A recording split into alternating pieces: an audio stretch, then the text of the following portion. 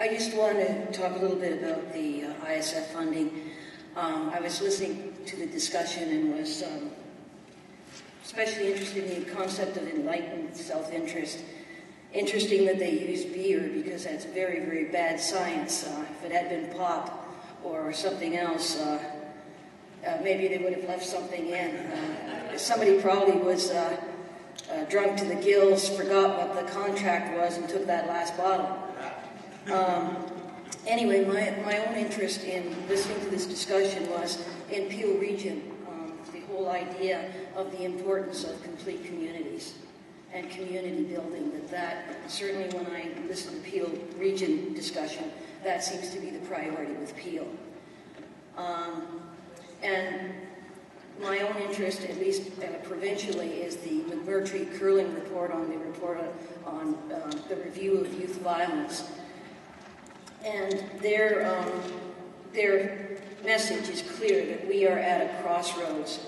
The whole idea of poverty, inequity, and violence, and again saying the importance of communities and what is being done at the community level.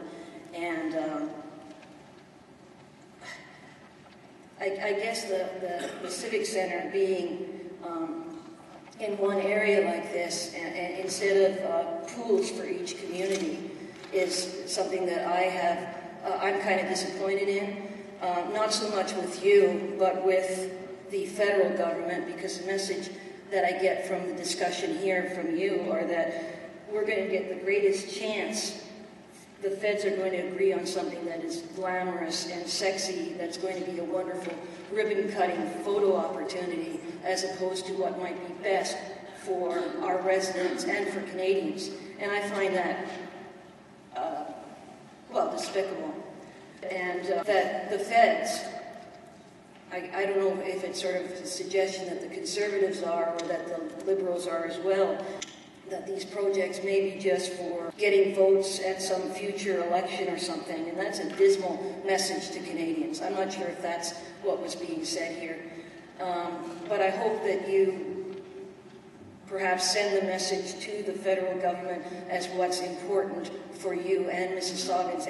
And you said it, like Councillor Mahoney, your Sheridan Library, the way that you defended your community is really good. And Councillor Adams, your community with Malton Pool and the way that you fought. And the comments that you made earlier as well about how important it is at the community level. So it is a parochialism kind of thing here. It's that each one of you know what's best and what's most important in your community, because I don't think people are going to be that excited about a $40 million improvement to Civic Center, which will be seen as a fur-lined toilet seat, when your pools are crumbling, or, I'm not really suggesting that it's a fur-lined toilet seat, but, if there are improvements around here, but pools are wanting, and our libraries are crumbling, and I forget, sorry, Councillor Parrish, what your library was, but a lean-to and stuff.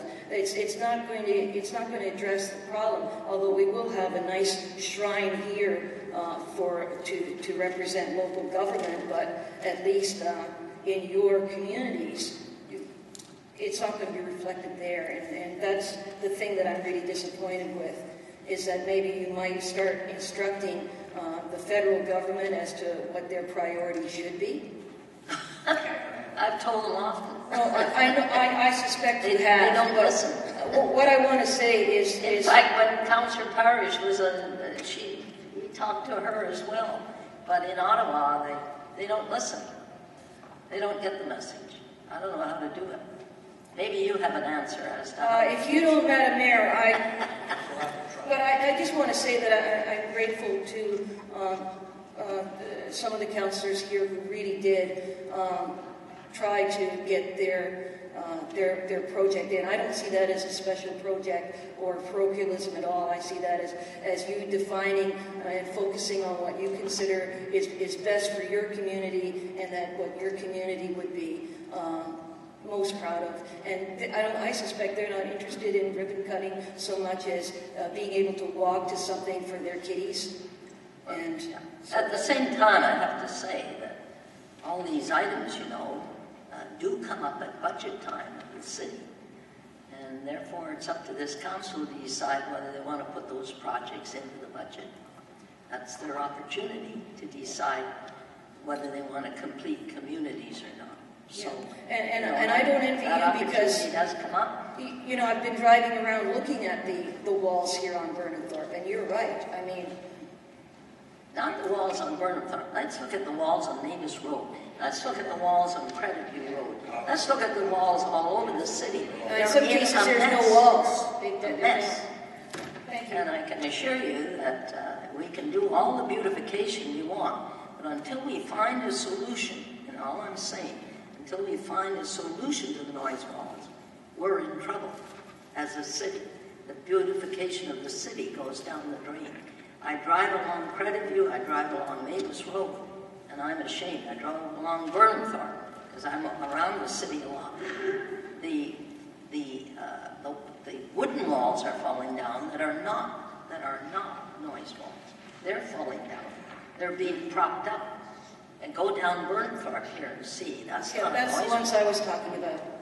It's all over the place, and I'm concerned as the mayor that our city is going to look like a war zone anytime now if we don't find a solution to the noise walls. And we can't force, yes, we can force them to repair it, but we can't force them to repair it to the way it was. It's got to be similar. Okay? So we've got a real problem on walls. It concerns me as mayor. It's one of my most major concerns at this point, are noise walls and fences that we've allowed to put up. If we had gone with reverse frontages, along Credit View Road we have reverse frontages, as you know, Councillor Carlson, no problem, because you can replace a wire fence quite easily. But we've allowed the developers to put up walls all over the place, and they're falling down. So we have to find a solution. I don't know what it is, but I'm hoping that the report that comes forward will allow us to deal with walls, not just noise walls. Go down Burnhamthorpe Road, they are not noise walls. They're wooden fences. That's and what I was they're all talking about. repairing them differently. It's a mess. It's a mess, and we got to deal with it. I don't know how we're going to deal with it, but we better deal with it. You can put pools in, etc., and all the other things that is going to aid people in using the pools, the youth, etc., no problem. But I'll tell you, when it comes to noise walls, we're in trouble now, and we're going to be in worse trouble. This winter weather has forced the wooden walls to fall down. Look on Credit View Road, on Bristol Road, they're trying to prop them up. So we got a problem, and we're going to have to solve it somehow. Don't ask me what the answer is. But you're going to get a detailed report that I've worked with staff on coming forward for you to deal with. And I don't know what you'll do, but I hope you'll spend as much time on the noise walls as we've spent on this project today. We've got to deal with it. Thank you for your contribution. I don't envy this to council. Does anybody else wish to address council? Please come forward. Councillor Sadom and Councillor Carlson.